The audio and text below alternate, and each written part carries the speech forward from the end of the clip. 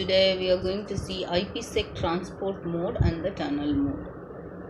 So we already saw in the last session that what is IPsec, why we have to implement the security at the network layer.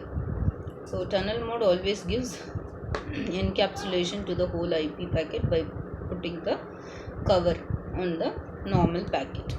So this is how it is going to provide protection to the data. So the tunnel mode encapsulates the whole IP packet by either encrypting, authenticating, or most likely doing both. It will take the packet, will encrypt, authenticate the whole IP packet, and it will be covered with the other header. Tunnel mode will encapsulate our packets with IPsec headers. How it is going to cover is with the IPsec header and trailer. It is going to cover the packet, the data packet. Next, the internet key exchange protocol. So how we are going to exchange the key and what type of security protocol can be used at the network layer. That's what we are going to see today. The protocol used to set up the security association using IPsec is nothing but internet key exchange protocol. While IPsec is a network layer protocol, but IKE is an application layer protocol. So since we are going to implement the security in the network layer, it is not doesn't mean that IKE internet key exchange is the network layer protocol. It is going to be the application layer protocol, and it is going to use the connectionless protocol, that is UDP on port number 500. It uses Diffie-Hellman to get. We said it is mainly for key exchange. So what type of algorithm it is going to use is Diffie-Hellman key exchange to get a shared session secret. That secret is used to driven up to 6 cryptographic keys. So with that we will be generating 6 cryptographic keys.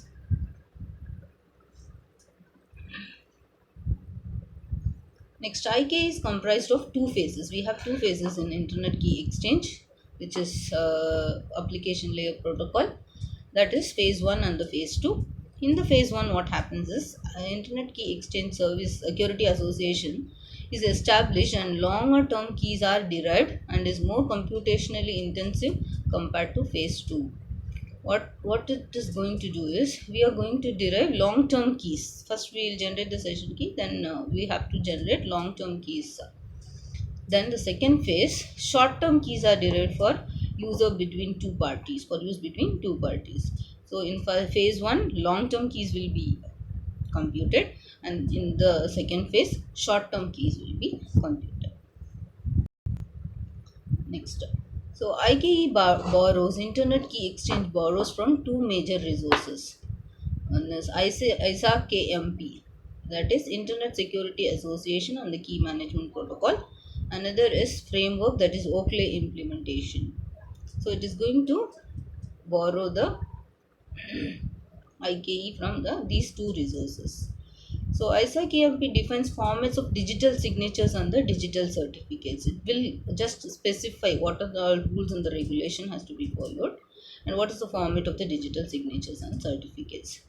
It also specifies rules for payloads to form a valid message. Oakley specifies the kind of information to be exchanged. What kind of information can be exchanged is given by Oakley. So IPsec cookie, it is used to get the data. So it is used to prevent denial of service attack. One cookie is created by the initiator and another by responder. Next, IKE phase 1. As I said, so the IKE phase 1 is used to generate the long term keys. So what are the long term keys? See, authentication method, encryption, and the hash algorithm together with the Diffie-Hellman group to be used are negotiated. What type of authentication method you are going to use?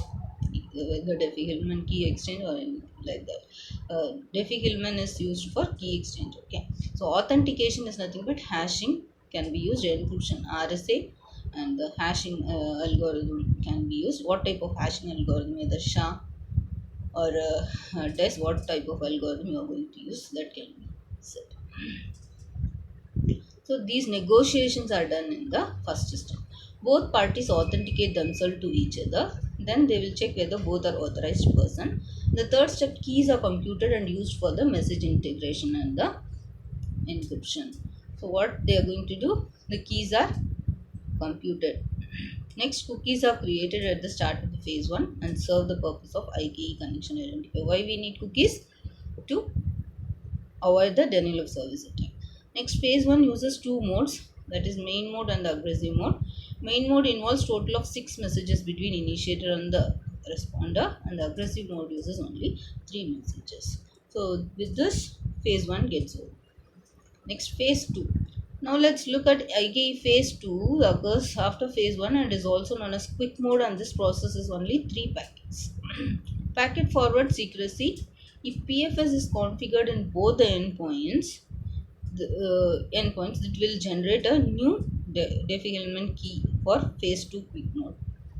Contained in the first packet from the initiator to the remote device are some of the hash keys negotiated from the phase 1 along with some IPsec parameters, i.e. DH group and the mode. These are the things they are going to use. Negotiations will be done.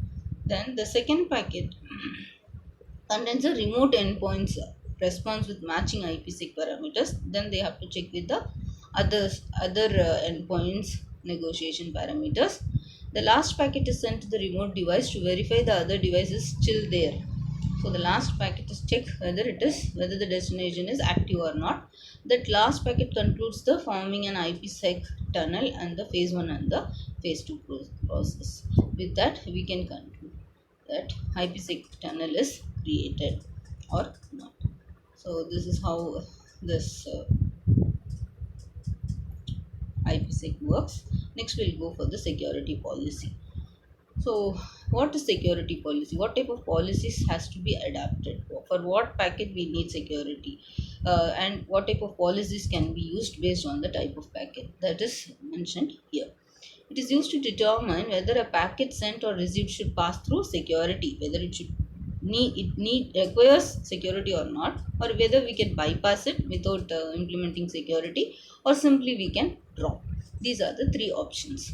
So such decision is made based on the fields in the IP and the transport headers. Based on the fields in the IP and transport header, they are going to decide whether we are going to implement security, or we can bypass the packet, or we can simply drop the packet. These fields are called selectors and includes destination IP address, the type of transport layer protocol, and the type of application. So what are the fields it includes is destination IP address, which type of transport protocol, either TCP or UDP, or what type of application they are going to use. So this is security policy. Selectors are used to index into SPD. The output of this lookup indicates whether the security should be applied or not. So with the help of the lookup, they will check whether it is required or not.